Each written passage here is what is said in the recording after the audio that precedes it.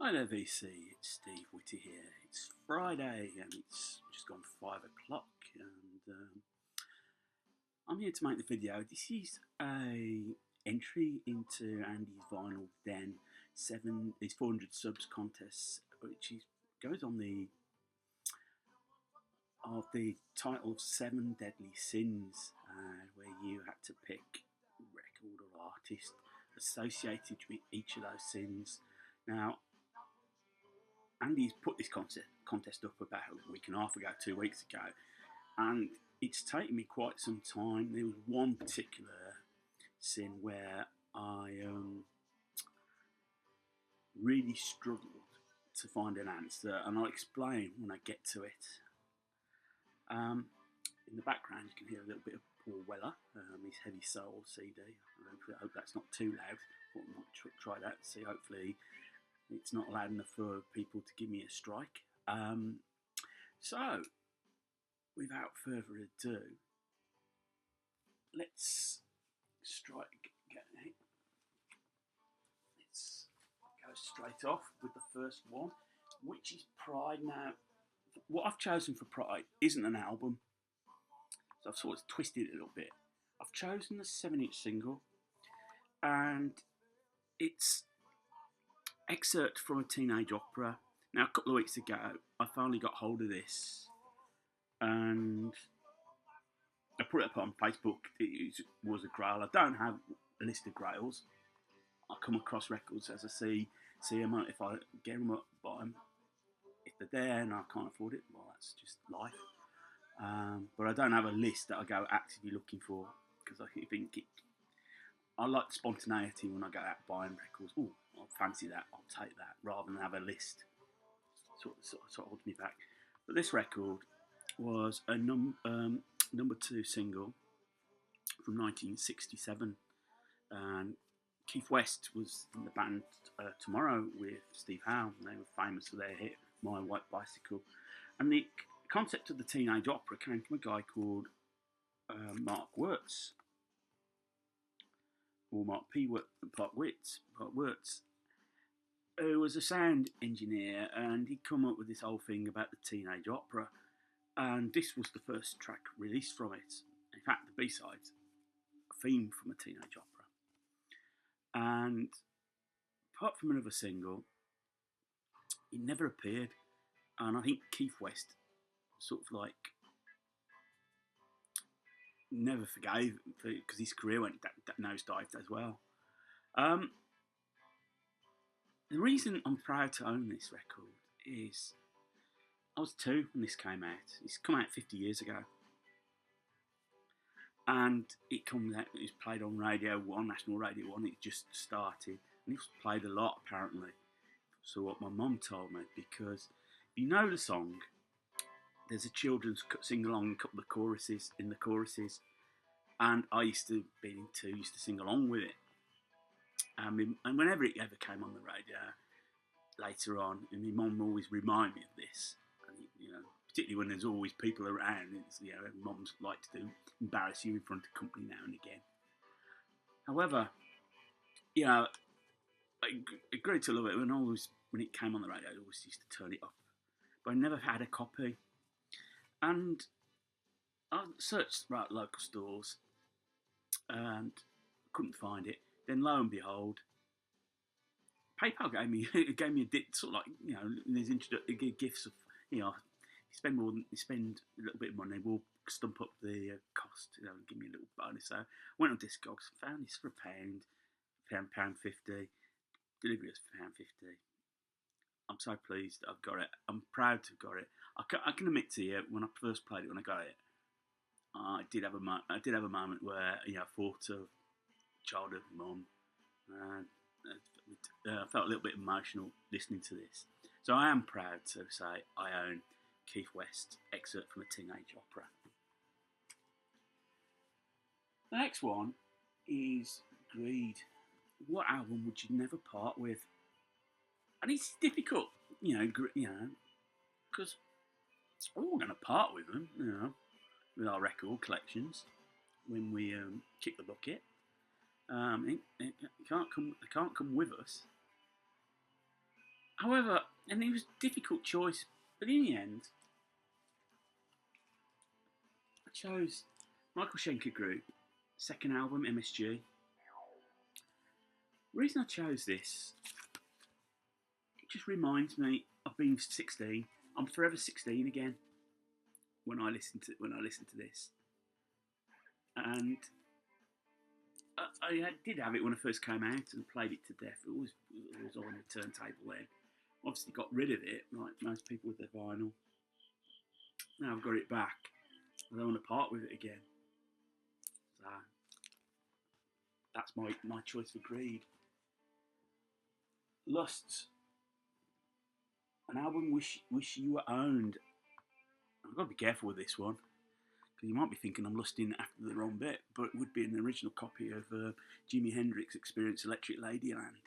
Yeah, careful, I'm not lusting after the ladies on the cover, but it's just the actual album itself.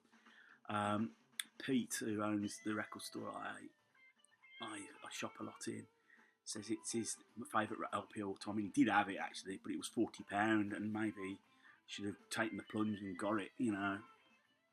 But you never know; it may pop up again. Another copy may pop up again, but it's one of those albums that I think people treasure a lot. So it's very rare that you get it, especially on that original cover. I may have to just buy a new issue with the American cover on it. So, but I would love to own an original copy of that album. Envy, an artist or band that you wish to be a member of. That's quite easy. To me, being a band is like being in a gang. Yeah, you're a gang of brothers, band of brothers. You stick together, all together. When that falls apart, your band falls apart. And nothing represents the band being a gang more than Slade. Hang on, a bit of glare there. Let me take the cover out. There you go. The four lads from the Black Country, which constitute, if you don't know what the Black Country is Wolverhampton, Walsall, Bilston, Dudley, and it's part of the West Midlands. It's Black Country. If you don't know, the reason it's known as the Black Country because of all the steel works and the smelt and the factories. It gave off a black smoke. It's weighed heavy in the air, so that's why it's known as the Black Country. And to me, they're just a gang of mates, you know, that stuck together through thick and thin. Really popular, and their career waned, and then they stayed together. And what can I say? Excellent. Excellent band. You know, from my childhood that has stayed with me. I'm looking to get more of their albums. I've got some CDs as well, but just they're a band for the lads. That's what, you know. But girls can appreciate them as well. Gluttony, which band you cannot get enough of, and it would be Rush. I'm always ready for a spot of Geddy. And Rush has been with me, again, the band that's been with me since my childhood. One of the first bands I've seen, you know, I saw them on in 1981. This is their moving pictures tour, but it was at the time Exit Stage Left was released, so it was promoting both albums, so to speak. And Stafford Bingley Hall was a cowshed in the middle of nowhere. I think Stafford was the nearest point of civilization, and I don't think my dad was impressed when he had to come 18 drive 50 miles to drive me home because I missed my last train. But yeah, I love Rush. You know, they're always playing every month, you know, whether it's a couple of albums or wherever. I just love the band. Just great music. Even in the 80s, you know, I would even consider a Bad Rush album to be better than the majority of stuff that goes out. Now, I'm coming up to Roth, and this was the subject I had the most problems with. I watched Shannon Dee's video, and she said she couldn't name an artist because she respected the artist and wouldn't put a name down. I feel in a way the same way. Yes, I could go off Adele, Ed Sheeran, yada yada yada, but at least they're doing, they're doing what they want to do, and I can't knock anyone for doing that. However, my wrath then turns not so much on an artist, but sort of like producer stroke on impresario. Now I have to be careful with this because this guy has just organised the charity single for the Tower Block fire in London to raise money for the victims and survivors, and very noble, very noble. These poor souls that have lost relatives, basically lost everything through to how can I say, negligence, and I'll leave it at that because I don't want to get political on you. But over the last 15, 20 years, this guy has been responsible for some of the direst pop music that's come out, and he's used the media of television to promote it. But I don't think he promotes the artist; he promotes himself, and that person's Simon Cowell. I find him to be smug, self-righteous, but he appeals to the majority of the masses that can't be bothered to find out anything for themselves, that plonk their asses in front of the telly and have it fed to them. And I'm sure if Simon Cowell went on the television and said 2 and 2 equals 5, they'd lap it up. Some of the acts have gone on to have careers, but some of them he's been so ruthless with that won that programme. And in the end, he's toys with people's lives. That's how I feel about the man. Having said that, he has done that single, so fair play to him on that score. And then the last of the Deadly Sins, Sloth, a band that you don't listen like you used to. And I think it was a tough one, but I've just been looking through my collection and I noticed I've got some CDs. I haven't got any albums, vinyl albums for this band, so I'll give you an example. But I've been looking at CDs and I've got some gaps there. But the band Iron Maiden, I used to listen to Iron Maiden tons. The best gig I ever went to, one of the best gigs I ever went to, was Iron Maiden when Bruce Dickinson just joined the Number of Beast tour. I saw him at the Birmingham Odeon, New Street in 1982, and it cost me the princely sum of £2.50. That was the best £2.50 I'd ever spent. Yet, I hardly listen to him now.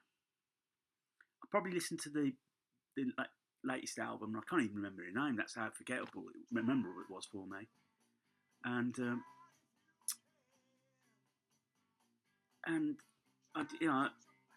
it only came to mind because somebody posted some videos of their performance in St Paul's, I think, on the community.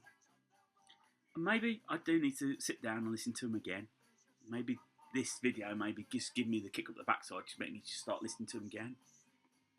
So there you go, Andy. Those are my 7 deadly sins.